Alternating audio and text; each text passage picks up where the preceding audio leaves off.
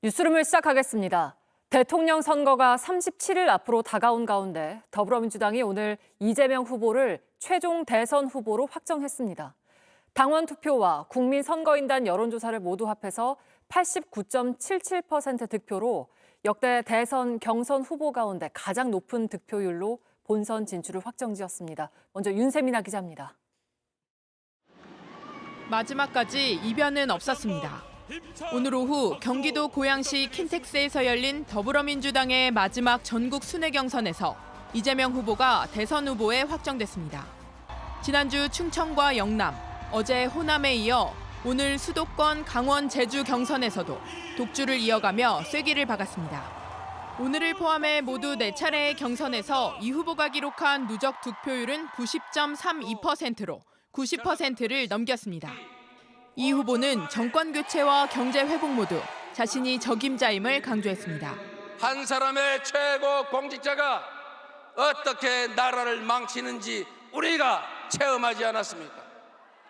한 사람의 최고 공직자가 어떻게 희망의 세상을 만들 수 있는지 실천과 결과로 확실하게 보여드리겠습니다.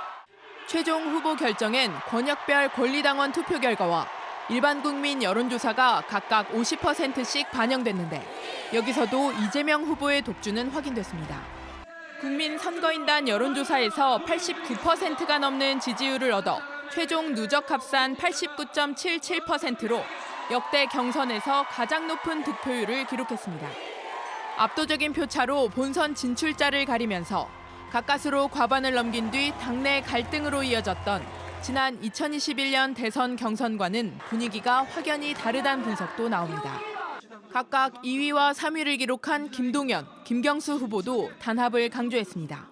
우리는 자랑스러운 한 팀입니다. 오늘 이후로 민주당답게 더 크게 단합합시다.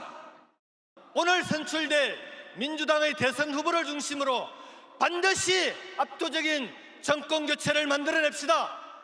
이 후보는 최종 후보 수락 연설에서 이번 대선은 통합과 분열의 대결이라면서 정권 교체 뒤 국민 통합을 제1과제로 두고 책임을 다하겠다고 강조했습니다.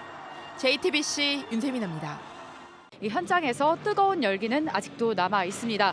오늘 경선에서는 당 추산에서 15,000여 명의 인파가 몰렸는데요. 이 후보의 득표율인 89.77%가 발표되자 당원들은 이 후보의 이름을 연호하면서 환호성을 질렀습니다. 이 권리당원과 대의원, 재국민투표에서는 이 후보의 득표율이 무려 90%에 육박을 했고 국민선거인단, 그러니까 일반 국민 여론조사에서도 이 후보가 89.21%를 기록을 해서 대선 지지율 1위 후보로서의 입지를 공고히 했습니다. 이 후보는 후보 수락 연설에서 내란 종식과 국민 통합을 이루겠다며 정권 탈환을 다짐했습니다. 네, 민주당 대선 경선에서 이런 득표율이 나온 건 처음 아닙니까? 네, 그렇습니다. 민주당뿐만 아니라 역대 모든 대통령 후보를 통틀어서 가장 높습니다. 지금까지 대선 후보 경선에서의 최고 득표율은 2012년 박근혜 전 대통령이 받은 83.97%였습니다. 민주당 진영에선 김대중 전 대통령이 득표율 78.04%를 기록을 했는데 이 후보가 80%대 지지를 받은 첫 후보가 됐습니다. 지난해 8월 당대표에 연임을 했을 때 전당대회 때도 이 대표는 85.4%로 득표율 역대 최고를 기록을 했었는데요. 또다시 대선 경선에서 자신의 기록을 깨면서 가장 압도적인 득표율을 보인 후보가 됐습니다. 네, 그리고 각각 2, 3위를 차지한 김동연, 김경수 후보의 반응은 어땠습니까? 네, 두 후보 모두 끝내 한 자릿수에 그친 지지율을 보였는데요. 김동연 후보는 6.87%, 김경수 후보는 3.36%를 각각 득표했습니다. 아마 두 후보 모두 원팀을 강조한 만큼 결과에 승복할 것으로 보입니다. 이번 민주당은 경선에서 이 네거티브 경쟁을 자제하는 모습을 보였습니다. 김동연, 김경수 후보 모두 차기 대권 주자로 평가받는 만큼 대선 이후에 정치적 입지를 다지기 위한 것으로 보입니다. 이 후보 선출 뒤에 압도적인 대선 승리를 위해서 이 세 후보가 함께 뛰겠다고 경선 과정에서도 약속한 바 있는데요. 선대위가 정식으로 출범하고 나면 일부 후보가 공동 선대위원장으로 이 합류하는 형태, 이런 형태로 함께 선거 운동에 나설 가능성도 거론되고 있습니다. 네, 이제 그 대선 본선 주자로서 어떤 행보가 예정이 돼 있습니까? 네, 이재명 후보는 오늘 후보로 선출되자마자 이 지도부와 회의하는 시간을 가지는 것으로 전해졌습니다. 그러니까 사실상 이 대권 주자 행보에 들어간 겁니다. 내일은 현충원을 참배를 한 뒤에 당 최고위원회의에 참석할 계획입니다. 이재명 후보가 후보 수락 연설에서 민생이 어렵다고 특히 강조를 했는데요. 첫 행보 역시 경제 성장에 방점을 두는 것 아니냐, 이런 얘기가 나오고 있습니다. 민주당은 다음 주 오는 30일에 이 중앙선대위를 정식으로 꾸릴 것으로 알려졌는데요. 본격적인 대선 체제로 전환한 것으로 보입니다. 네, 지금까지 일산 킨텍스에서 JTBC 박사라입니다. 자, 국민의힘에서는 최종 후보 2명을 결정할 당원 투표와 대국민 여론조사가 오늘부터 시작이 됩니다. 국민의힘 당내 경선인데 당원도 아니고 아직 출마 선언도 안 한 한덕수 권한대행과의 단일화 문제가 후보들 사이에서 가장 큰 이슈가 되는 모습입니다. 김필중 기자입니다. 국민의힘 대선 예비 후보들은 한덕수 권한대행의 단일화 시점과 방식까지 언급했습니다. 단일화를 주장한 후보로서 제가 즉시 찾아뵙고 신속하고 공정한 단일화를 성사시킬 것입니다. 그동안 한 대행의 출마가 바람직하지 않다던 안철수 후보도 가능성을 열어뒀습니다. 그렇지만 또 정치라는 것은 또 개인의 결심 아니겠습니까? 결국은 우리 당 최종 후보와 함께 경선을 통해서 홍준표 후보는 자신의 소셜미디어에 한 대행과 토론 2번 하고 원샷 국민 경선을 하겠다고 밝혔고, 어제 한 대행의 차출론을 긍정적으로 평가하던 한동훈 후보는 단일화 방식까지 언급되자 한 걸음 물러났습니다. 근데 무슨 단일화 얘기를 지금 하는지 모르겠어요. 그래서 여기서 제대로 승부하는 게 자신 없는 사람들이 하는 얘기 같아요. 후보들은 어제 토론회에선 서로에게 날선 비판을 아끼지 않았습니다. 홍 후보가 김 후보의 역사관을 비판하자 지난번에 장관 인사청문회 하실 때 보니까 일제시대 우리 국민의 국적은 일본이었다 그랬죠. 이제 소위 뉴라이트 역사관이거든요. 김 후보는 일본이 강제로 우리의 국적을 뺏은 것이라고 항변했습니다. 탄핵 찬성 입장인 안철수 후보와 한동훈 후보도 날선 말을 주고받았습니다. 안 후보는 한 후보를 향해 정치 경험이 부족한 검사 출신이라 지적했고, 한 후보는 문재인 박원순 지지하며 당적을 많이 바꾼 분이라 맞받아쳤습니다.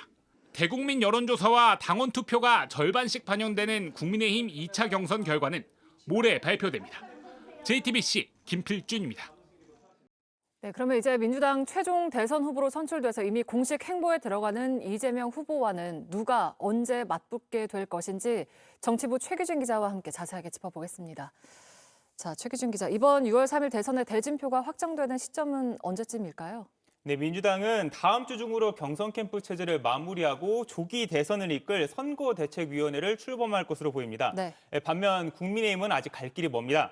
오늘부터 이틀간 당원 투표와 국민 여론조사 각각 절반씩을 반영한 2차 경선 투표를 진행합니다. 결과를 발표하고 과반 득표자가 안 나올 경우 당 대선 후보를 확정하는 게 오는 29일입니다. 다만 윤 전 대통령 탄핵 책임을 놓고 표가 분산되면서 과반 득표자가 안 나올 가능성이 더 높다는 분석이 나옵니다.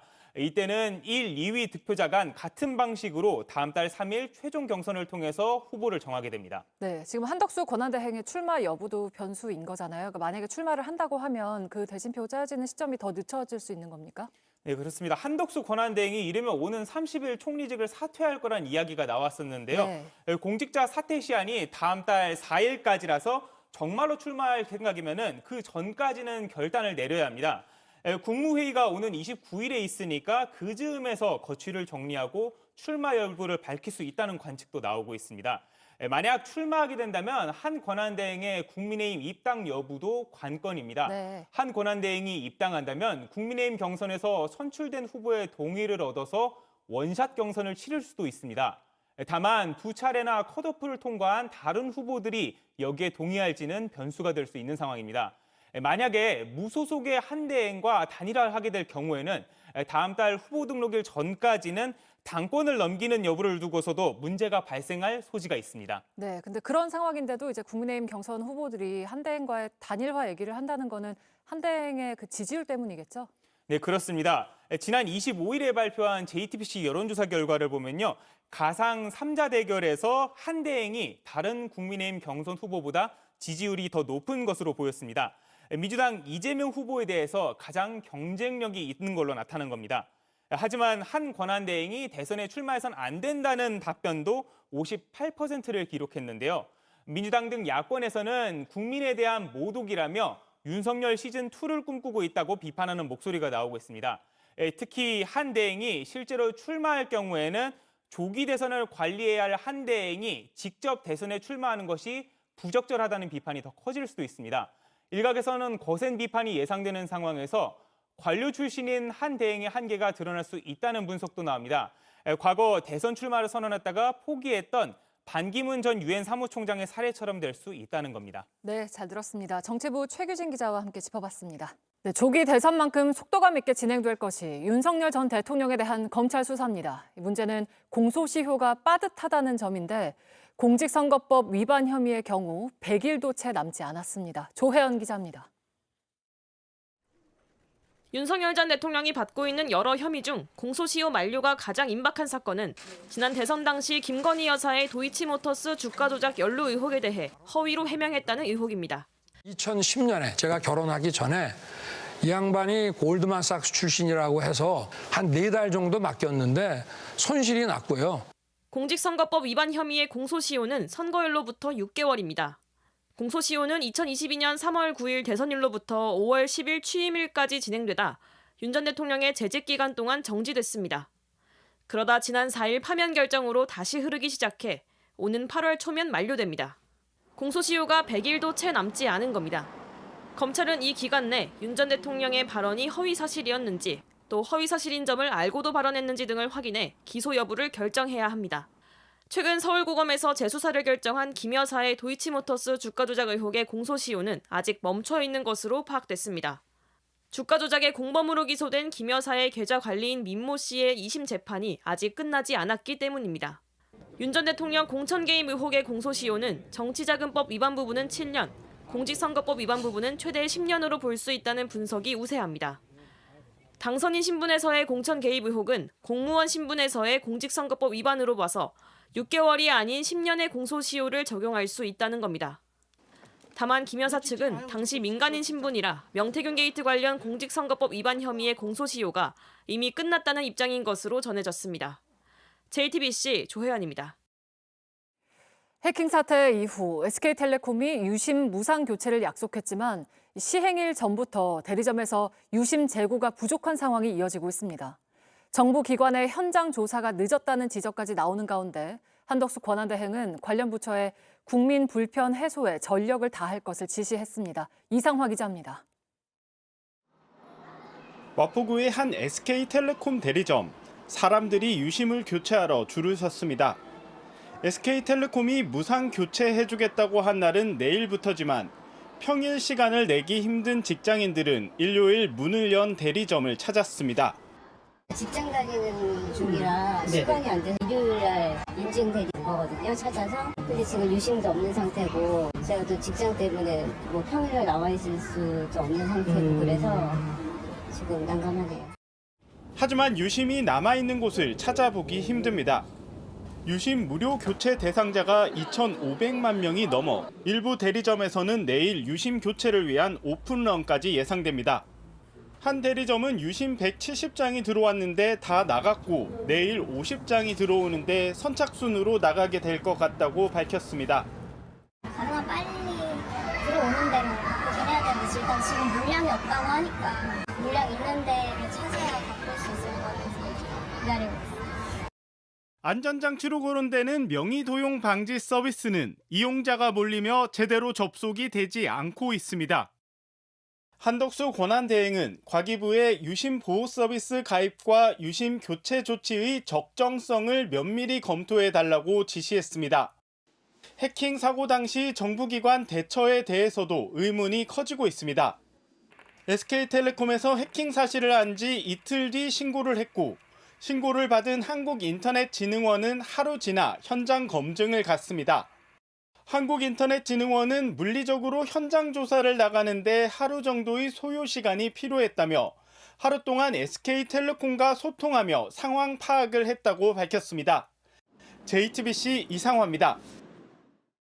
강원 인제에서 발생한 산불이 20시간 만에 대부분 진화됐습니다. 부산에선 음주 차량과 신호 위반 차량이 충돌해서 1명이 숨지고 4명이 다쳤습니다. 사건 사고 소식 구석찬 기자입니다.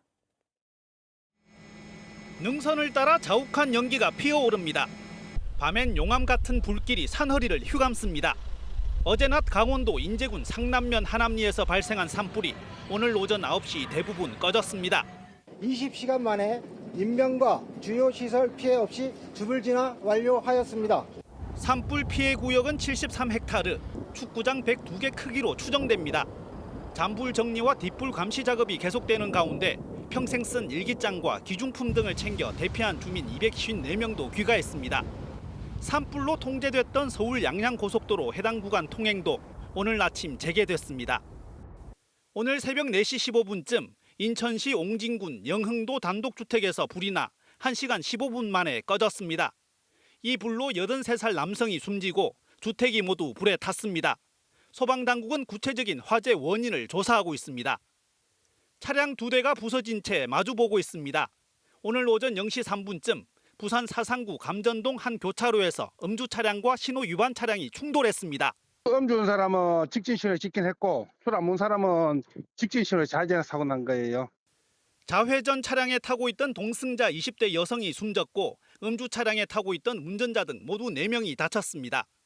오전 1시 14분쯤엔 경기 용인시 수지구 서울 방향 서수지 톨게이트 부근에서 연석을 들이받은 전기차에 불이 났습니다.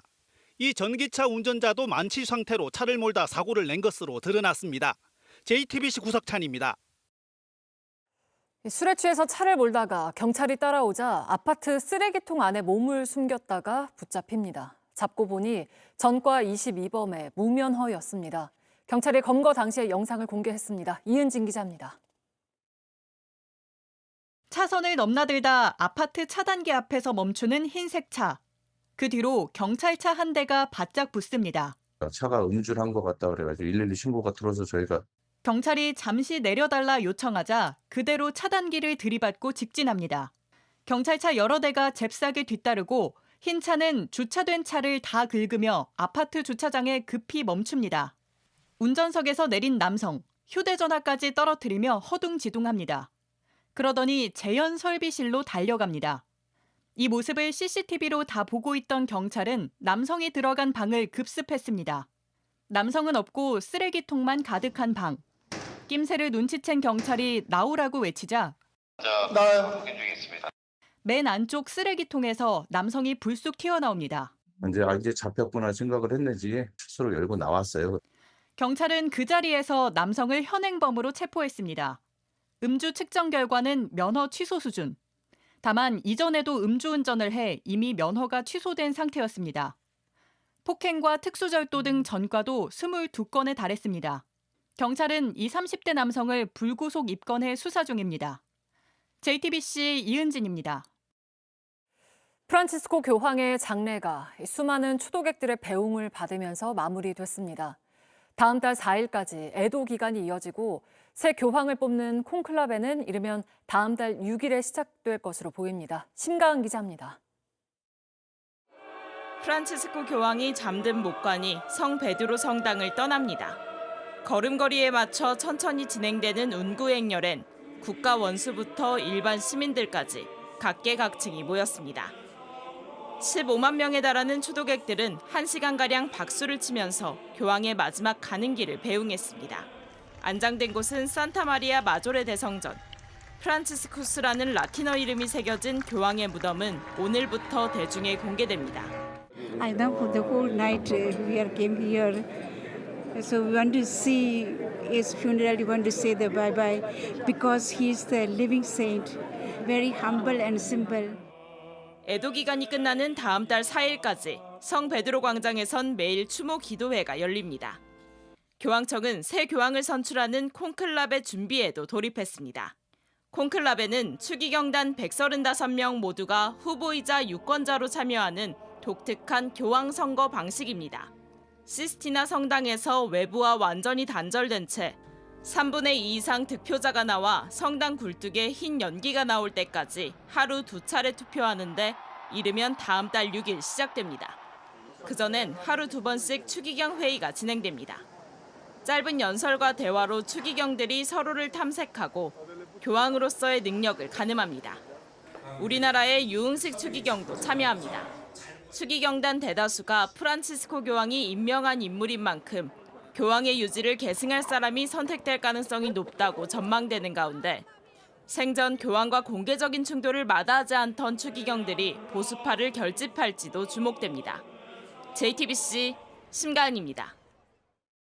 트럼프 미국 대통령의 지지율이 취임 100일을 앞두고 42%까지 떨어졌습니다. 그러자 트럼프 대통령은 줄곧 유화 메시지를 보내온 러시아를 향해서 갑자기 강한 경고의 메시지를 냈습니다. 워싱턴에서 강태화 특파원입니다. 프란치스코 교황의 장례 미사에 참석한 트럼프 대통령이 볼로디미르 젤렌스키 우크라이나 대통령과 머리를 맞대고 앉았습니다. 지난 2월 백악관 막장 회담 이후 2달 만에 분위기는 완전히 달라졌습니다. 회담을 마친 트럼프 대통령은 푸틴은 민간과 도시에 미사일을 쏠 이유가 없었고 전쟁을 중단할 생각이 없는 것 같다며 러시아에 2차 금융제재를 가할 수 있다는 뜻까지 내비쳤습니다. 젤렌스키 대통령도 이번엔 웃었습니다. Productive meeting. I don't want to go to a lot of details if it's possible because the questions were sensitive questions. 트럼프 대통령은 바티칸을 향하면서 가자 지구에 대해서도 유화적 입장을 냈습니다.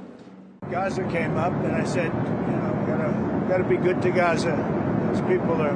Those people are suffering. We gotta be good to Gaza. We're gonna take care of that. 현재 언론들은 트럼프 대통령은 변덕으로 악명이 높다면서 러시아에 대한 급격한 입장 변화의 원인을 다른 곳에서 찾고 있습니다. 유력한 원인은 지지율입니다. 뉴욕타임스의 여론조사에서 트럼프 대통령에 대한 부정평가는 54%로 긍정평가 42%를 크게 앞섰습니다. 특히 그동안 지지율을 떠받치던 경제정책에 대한 부정평가가 55%로 과반을 기록한 가운데 관세로 대표되는 교육에 대해서도 53%가 부정적 입장을 냈습니다. 상대적으로 호응을 얻었던 이민정책마저 부정 여론이 51%를 기록했습니다. 여론조사에서 미국의 유권자들은 트럼프 위기의 지난 100일을 혼란스럽다 또는 무섭다고 표현한 것으로 나타났습니다. 워싱턴에서 JTBC 강태화입니다. 러시아가 북한군의 지원을 받아서 접경 지역인 쿠르스크를 되찾아왔다고 밝혔습니다. 북한군 파병 사실을 공식적으로 인정한 건 처음입니다. 러시아와 북한 간 끈끈한 유대가 강조되는 가운데 김정은 위원장이 다음 달 러시아 전승절에 직접 참석할 가능성도 높아지고 있습니다. 김민광 기자입니다. 러시아가 북한군 파병 사실을 공식적으로 인정했습니다. 북한군의 도움을 받아 우크라이나와의 접경 지역인 쿠르스크 영토를 회복했다고 밝혔습니다. В освобождении приграничных районов Курской области военнослужащих Корейской Народно-Демократической Республики. 러시아는 그동안 북한군 파병에 대해 평양에 물어보라며 공식 인정하지 않았습니다.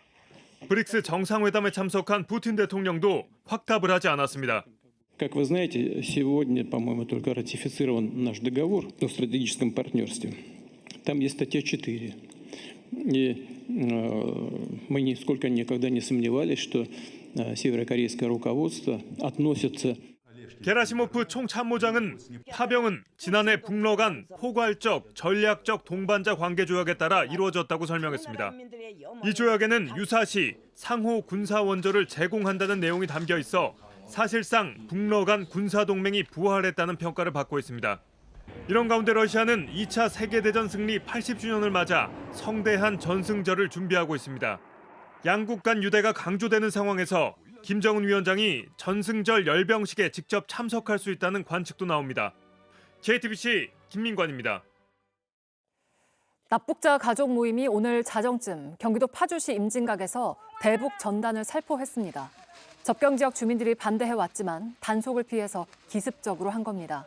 납북자 가족 모임 최성용 대표 등은 납북자와 이산가족의 생사 확인을 요구하기 위한 것이라며 납북 피해자들의 사진과 김정은 국무위원장에 대한 비판을 담은 인쇄물 다발을 헬륨 풍선 8개에 실어 보냈다고 밝혔습니다.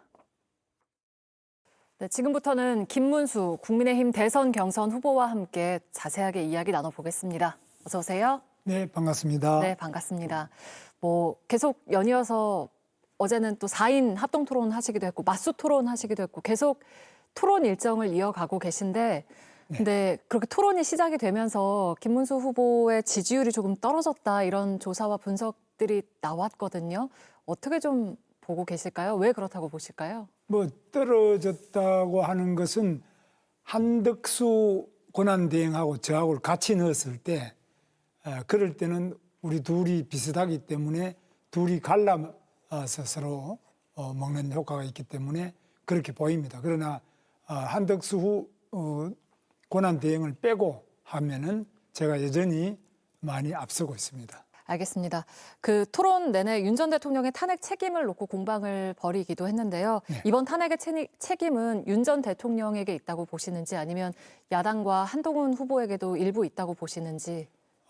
지금 계엄에 대한 부분에 대한 것은 대통령께서 계엄을 했지만 탄핵에 대한 부분은 많은 논란이 있습니다. 아시다시피 탄핵은 그 헌법재판소의 판결 과정에 특히 내란 부분이 국회에서 의결한 소추에서 빠지면서 과연 내란이 빠지고도 국회에서 소추가 됐겠느냐 이런 문제도 있고요.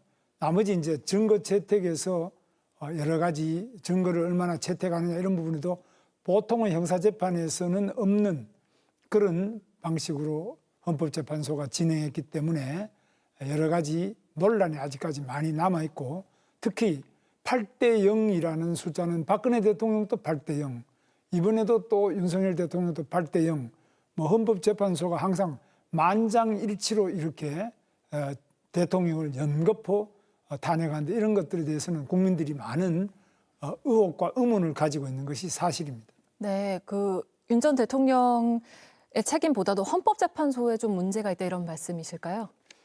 물론 책임이야 대통령 윤석열 대통령에 대한 재판이니까 자체가 탄핵을 된 것 자체가 헌법재판소의 책임이라기보다는 헌법재판소의 판결 과정에 여러 가지 논란과 문제가 많다. 특히 공수처가 과연 이게 제대로 체포를 제대로 했느냐, 그게 법에 맞느냐부터 시작해서 헌법재판관들의 판결이 과연 제대로 좀 되고 있느냐 이런 부분에서 논란과 의문이 많이 있는 것이 사실입니다. 방금 전에 헌재 판결을 조금 부정하시는 듯한 말씀으로 들려서 다시 한번 설명을 좀 해주실까요? 헌재 판결에 대해서는 부정이라는 것이 아니라 네. 헌법재판소가 여러 가지 문제를 많이 가지고 있다. 특히 내란 부분에 대한 것, 계엄이 내란이다 하는 부분을 국회의 탄핵 소추 결의서에는 나와 있는데 그 중간에 빼줬습니다. 그런데 이 빼는 과정이나 그 이후에 재판 절차 과정에서 충분하게 증인 채택이나 또 증거 능력으로서 경찰과 검찰의 그 진술을 줘서 이런 것들을 증거로 채택하느냐 이런 부분에서 부동의를 했음에도 불구하고 그것이 증거로 채택됐다 이런 것들은 논란의 소지가 많고 앞으로도 헌법재판소는 상당한 정도로 만약 헌법이 개정된다면 헌법재판소를 고칠 필요가 있다고 봅니다. 토론회에서 부정선거 얘기가 나왔습니다. 안철수 후보 같은 경우에는 음모론이라고 반박을 했는데 지난 총선이나 대선이 부정선거였다는 점에 대해서는 동의를 하시는 걸까요?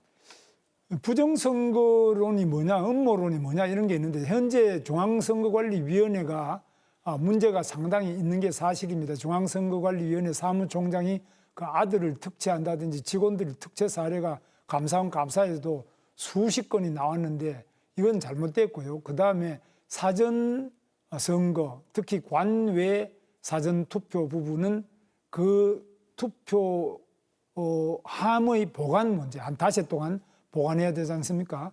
이 보관이 제대로 되고 있느냐, 또 관외 사전 투표 용지가 투표지가 자기 주소지 선거관리위원회로 우송되는 과정이 제대로 안전하냐, 또 투표 용지가 제대로 됐냐, 많은 의혹이 제기되고 있는데 이런 의혹에 대해서는 중앙선거관리위원회가 반드시 밝혀줘야 되는데 이거에 제대로 안 밝혀지고 계속 의혹을 증폭시키는 선관위 내부의 부정 비리 이런 것들이 또 나오니까 이 의혹이 증폭되고 있는데 이것은 제가 대통령이 되면 반드시 의혹을 남김없이 해소하고 국민들이 의혹 제기하는 부분에 대해서는 성실하고 즉각적으로 하나하나 밝혀서 의혹을 다 불을 끄도록 하겠습니다. 근데 만약에 후보님께서 이제 대통령까지 당선이 되셨는데 그거 부정선거다라고 부정을 할 수도 있잖아요. 그렇습니다. 그 의혹 제기는 누가 대통령이 되든 간에 이 권한 워낙 중요하지 않습니까? 한 표 한 표가 가장 중요한 부분인데 이 한 표 한 표가 문제가 있다고 의혹을 제기할 경우에는 반드시 중앙선거관리위원회는 해명을 하고 밝혀줄 책임이 있습니다. 그래서 이런 부분은 다른 행정도 다 마찬가지인데 특히 이 선거관리위원회의 부정선거 의혹에 대해서는 철저하게 밝히지 않으면 또 즉시 밝히지 않으면 이 의혹이 우리 민주주의 제도 전체를 불신하는 결과로 가져오기 때문에 신속하고도 철저하게 또 언제든지 그런 것을 밝혀나갈 책임이 선거관리위원회에 있다고 봅니다. 네, 저희가 시간 관계상 끝으로 한 가지만 더 여쭙고 싶은데요. 대통령에게 이제 미래 비전이라는 게 참 중요할 텐데 후보께서 생각하시기에는 뭐 2040년, 그러니까 대한민국의 미래 산업을 위해서 이 분야는 꼭 투자를 하고 싶다 하는 지점이 있을까요?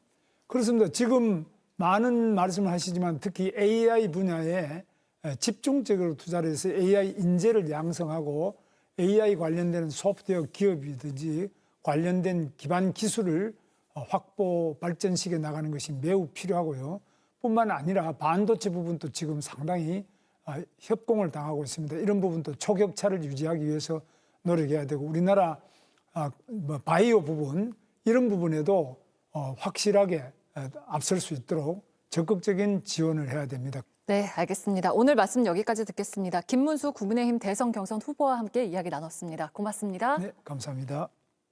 네, 내일 전국이 대체로 흐리다가 아침부터 맑아지겠습니다. 제주는 오늘 밤부터 내일 새벽까지 5에서 10mm 정도의 비가 올 거란 예보입니다.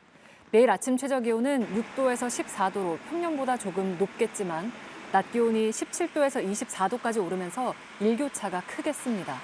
내일 낮 최고 기온은 서울 20도, 부산 21도, 대전과 광주 22도, 대구 23도를 보이겠습니다.